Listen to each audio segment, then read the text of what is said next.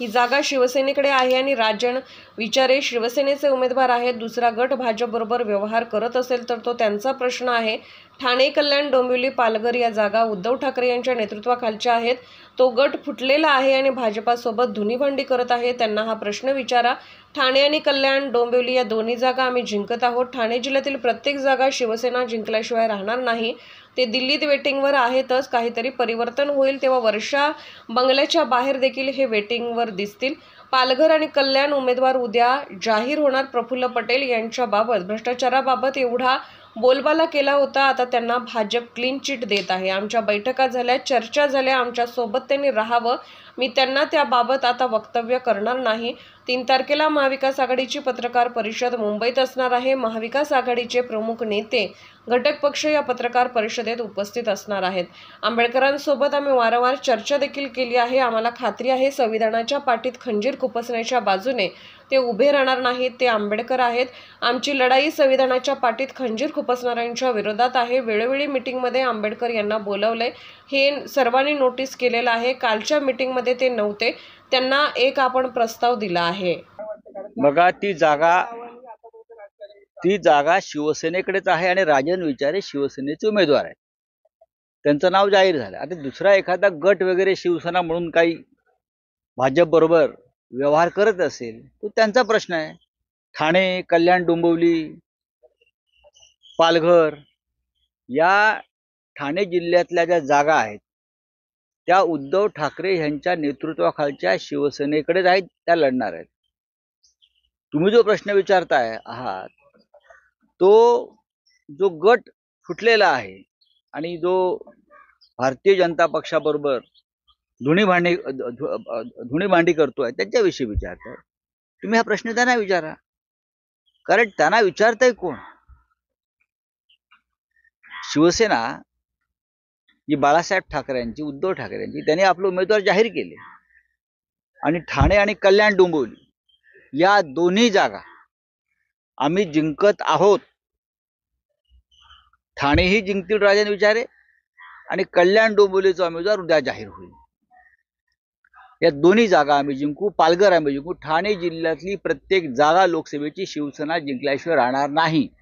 मी शिवसेनेविषयी म्हणतो, डुप्लिकेट शिवसेनेविषयी नाही.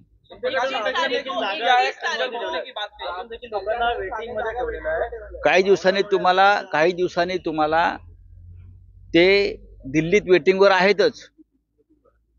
भाजप नेत्यांच्या लॉनवर रुमाल टाकून त्यांना बसावं लागतंय, मी मागे बोललो. आणि काही दिवसांनी वर्षा बंगल्यामध्ये जेव्हा परिवर्तन होईल सत्तेत तेव्हा तुम्हाला ते वर्षा बंगल्याच्या बाहेर सगळे वेटिंगला दिसतील.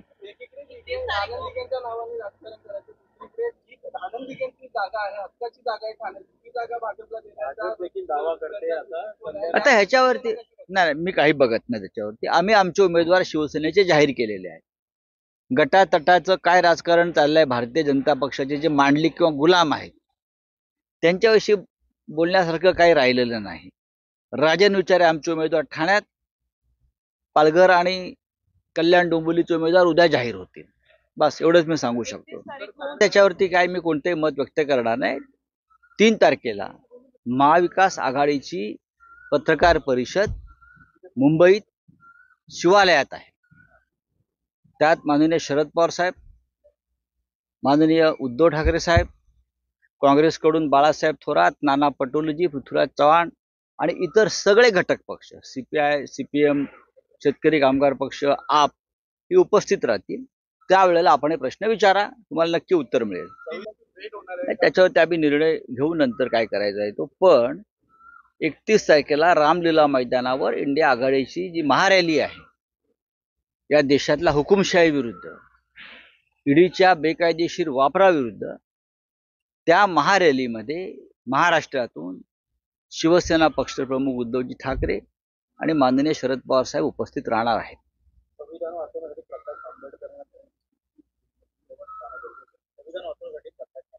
संविधान वाचवण्याची जबाबदारी देशातल्या प्रत्येक नागरिकाची.